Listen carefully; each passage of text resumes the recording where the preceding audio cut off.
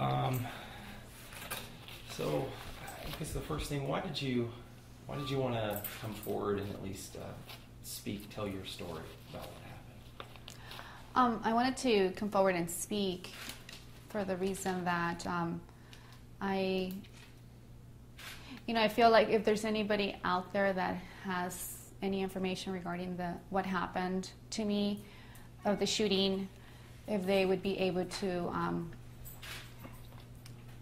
come forward and share with the police if they have any clue, if anyone has shared that, and they have the awareness of what happened. I just figured it would be a good opportunity for them to just be able to speak and give some clue to the police at this moment in time. Can you walk us through what happened that day? I was coming home from grocery shopping, and I was going up at that moment it was traffic hour, so I was trying to decide, should I go Paradise or Paseo? And I just decided I'm just going to go Paseo. So I was going up the hill, and at that moment, it was 4 o'clock, so it was traffic hour. There was I remember I was a black SUV in front of me, and suddenly something hit my windshield. And what I thought it was a rock, because I had already other cracks in my windshield. So at that moment, it happened so fast. Whatever it was, the object hit my windshield, and then it cracked my windshield. And I thought in my head, this rock was very powerful, and since I had prior cracks, it broke my windshield. And then suddenly I saw that I was covered with blood, and I was like thinking, this doesn't make any sense. So I immediately pulled over to the side and looked at myself in the mirror and noticed that I was bleeding profusely from my nose. And I noticed that I had a point of entry that something entered my cheek, And so I was trying to just kind of like process and see what exactly happened. I'm thinking like the actual glass cut me, or it was the rock that powerful. It just made no sense in my head at that moment.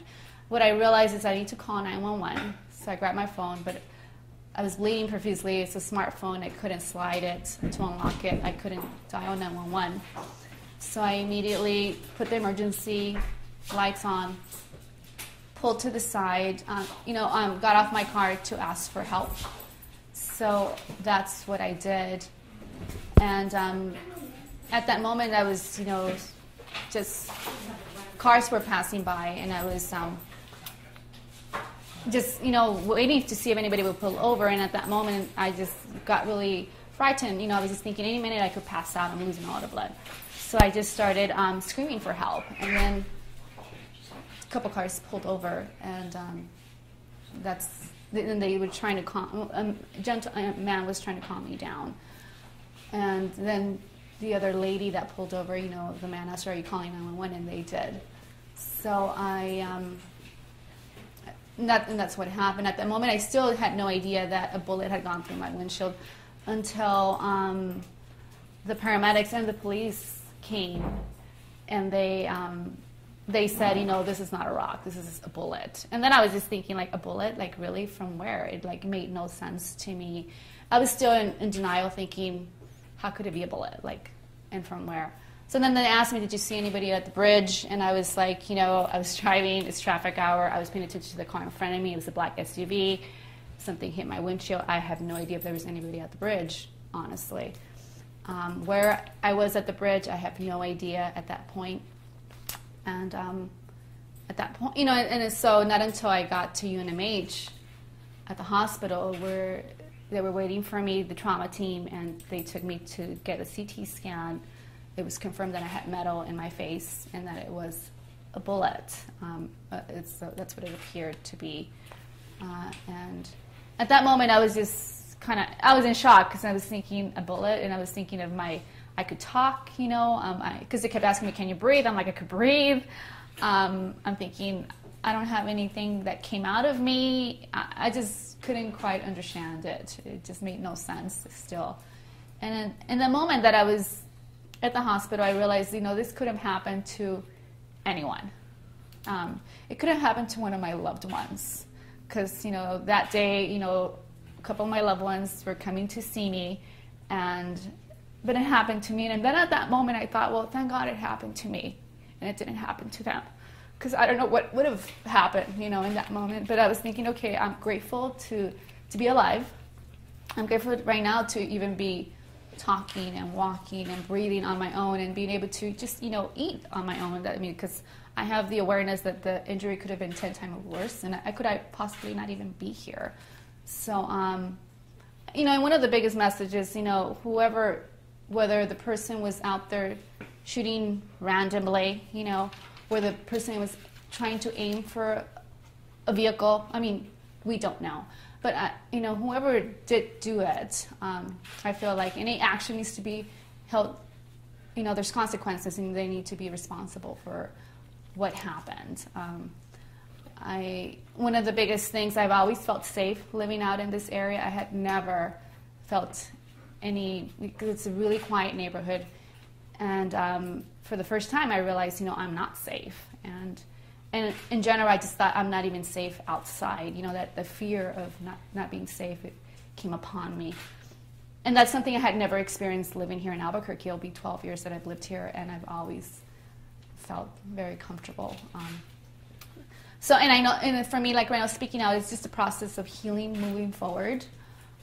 So, and just putting the word out there that, there's whoever, again, did it, there's areas where you could go if you feel like you need to go shooting. There's the target, the places where you could go do your target ranging, shooting.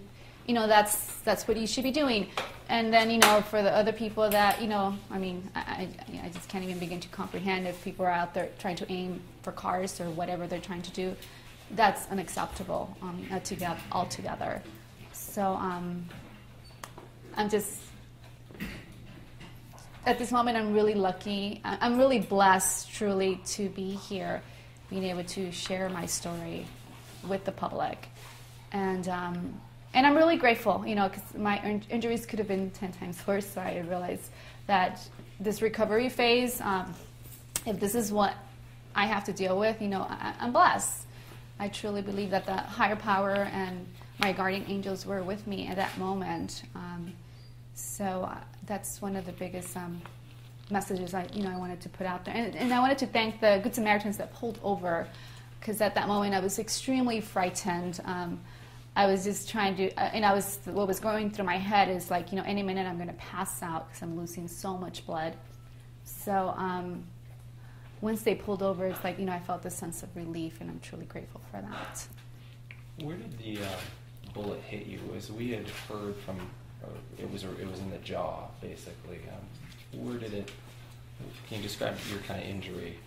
What happened? I've been learning a lot about bullets since this happened. So basically, the bullet hit the windshield and it entered, but what entered through the windshield was fragments of the bullet. So a piece of the bullet, or I have several fragments of the bullet still within me. So one of the pieces entered my cheek and tunneled, and kind of it stopped and landed on my neck and the back of my ear area, and that was the most painful piece of it. And then there's another piece lodged into my cheek from where it entered, and then there's the other piece that cut my nose, and it's lodged in my nose somewhere. So it was, again, a blessing. I feel like my windshield saved my life. That's truly what happened. And then there's another piece of the bullet, the main piece of the casing of the bullet, that went over my head and lodged into the airbag in the back area with the passenger side. So, when I really look at the whole picture, I realize I was truly blessed, and it could have been worse. So, at this point, you feel pretty sure that this was a random act and not some kind of a premeditated deed. Correct. Yes, I truly feel, because again, it was traffic hours. It was 4 o'clock in the afternoon. There were several cars going up the hill.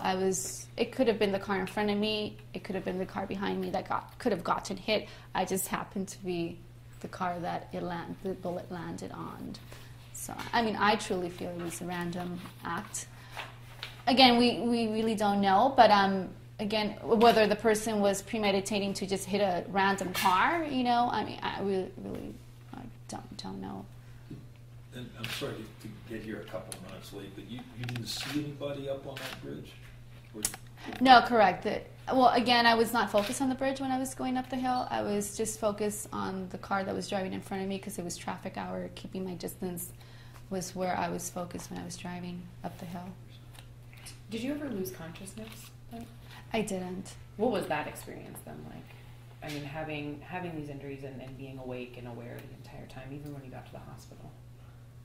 Well, my mind was going in so many directions. Because again, first I was in denial, thinking like a bullet. Again, because I was like thinking from where, even though they were saying the bridge, I was like thinking really.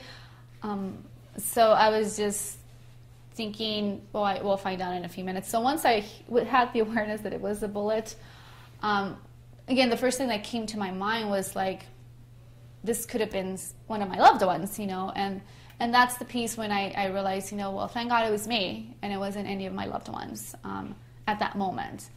And then I was just kind of thinking, this is a bad dream. I'm having one of those bad dreams that seem real, and I'm going to wake up and then realize it was just a bad dream, and that's all that really happened. And then the evening went on, and I couldn't sleep, and I realized this is really happening. It's not a bad dream. It really did happen. So that was one of the things that was going through my head. And then again, I because of the field that I'm in, I have the awareness of what could have happened to me.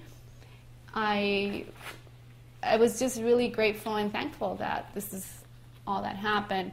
It was still, in the moment, it was hard to just even begin to think, okay, because immediately I started to have numbness to my face. So, you know, my question is like, how long is this numbness going to last? And then when the doctors informed me, well, you know, nerve injury could take about a year, and you never really know how long, I mean, what your injury is until you recover from it, so you won't know. So at that moment, there was only so much movement I could do in my face. The numbness has gone away. You know, there's still some there. My movement to my face has come back a bit. I still have some areas where it's not the greatest. But and then again, just looking at the big picture, I figure if this is what I'm going to have to live with, you know, I'm grateful.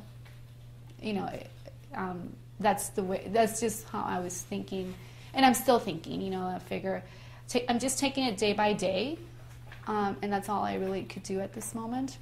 But yeah, I was having a lot of meltdowns. Just one of the biggest pictures that kept coming to my head while I was in the hospital, it was looking at my face and the fear in because I have the image of my face in fear and shock with the blood in not knowing what it was. That was the biggest image. And then me running out of getting off my car and getting in the middle of the road trying to stop traffic. And at the moment, you know, there's a couple cars that passed by it, and I was thinking like, you're not going to stop? And I was thinking like, and then I started screaming for help because I'm thinking somebody needs to stop. And I mean, I understand people get afraid, and I was informed that people did call it in, and I'm really grateful for those people that called it in too. So unfortunately, we live in a society where a lot of people live in fear of like wondering like, is this really real, or is someone going to do something to harm me? So I mean, I just, you know, there's just a lot of things that are going through my head right now of realizing of, and I've always thought, and I guess another thing that came to my head when I was in the hospital was that I've always said it, you know, you never know when you're going to leave your house and you might never come back. And that was one of those days where I realized, you know, it's happening right now to me. And it's like, you know, and I thought, you hear in the news all the time, the freak accidents. I'm like, it's happening right now to me, you know. And then I was thinking like, well, I'm grateful that I actually get to come home once I get discharged from the hospital. And I could still function like a normal human being. So I'm counting my blessings every day to be able to do, I could still do the things that I like to do. And so at this moment, once I could heal and recover, I could continue moving forward. And this is a part of my healing and recovery, and I think just coming out and speaking is a big part of it. I think you touched on this a little bit earlier, but I guess what would you just say to the person out there who did this, whether it was intentional or not? I guess what would you say to the person who's responsible for this happening? You know, and again,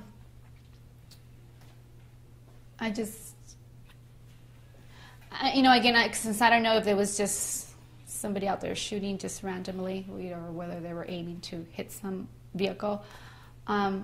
Don't know what's in their head, but again, if they're out there to shoot them randomly, it's just, it's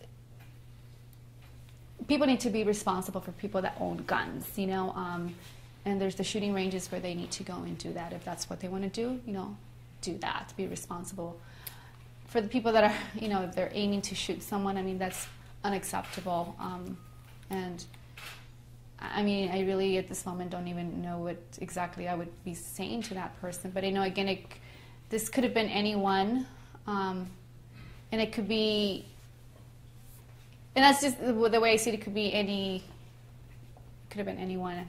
I really don't know exactly what I would be telling him or her. But it's, people do need to be held accountable for their actions, and there's consequences. So, and my big thing is, if anybody knows anything, if they could just come forward and speak to tell the police. Do you remember how far you were away from the bridge?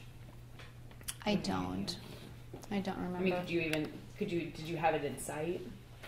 You see, when I go up the hill, I never really look at the bridge. Okay. It's really rare when I look at the bridge. And again, because of traffic, I always just focus on the SUV in front of me. And I do remember. It was an SUV, a black SUV in front of me. That I remember clearly. How long were you in the hospital, and is your treatment over, or do you still have more, like a surgery planned or something? I do have more treatment. I got discharged. I got hospitalized Friday when it happened. I got discharged on Sunday. And I'm scheduled to have surgery.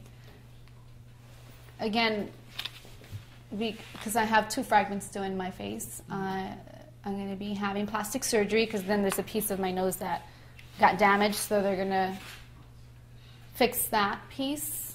And I don't have a date yet for that, but they want more of the swelling to go down. I mean, the swelling has gone down tremendously and fast, and they were very surprised of how well I'm healing. And so at this moment, that's going to be another recovery phase that I'm going to have to go through. And the doctors did tell me at this moment they're not really sure if they're going to be able to remove the fragments, because if it's going to cause more damage, they are just going to have to stay in. I'm not too excited about hearing that, but I figure, they said, we don't want you to have scars in your face, so that's just going to have to be the option. So I figure, they're professionals, they know what they're doing, and I'll be fine with whatever they decide. That's the best option. So. And did they say anything about like how close it was to being a more serious injury? They were just shocked that I endured the injuries that I endured. I mean, they were just really surprised, and they were like, wow. And again, I was, even myself, because I'm a nurse, so I take care of people that are injured, that come in, in accidents. And so I was just kind of running through my head thinking like, yes, I understand. This is like a true blessing of that I just endured these injuries, that the bullet didn't go anywhere else and did more damage than what it could have. But I guess what they, but the paramedics or the officers said, bullets, I guess once they enter the body, they do weird things of how they travel. Because I was just trying to think like, this entered and then it just tunneled, didn't keep going. It's just kind of hard to explain of what it did once it entered my body. And then all I could honestly think, it was just, an act of God that was there with me, with my guardian angels protecting me, because I truly believe that. And I'm grateful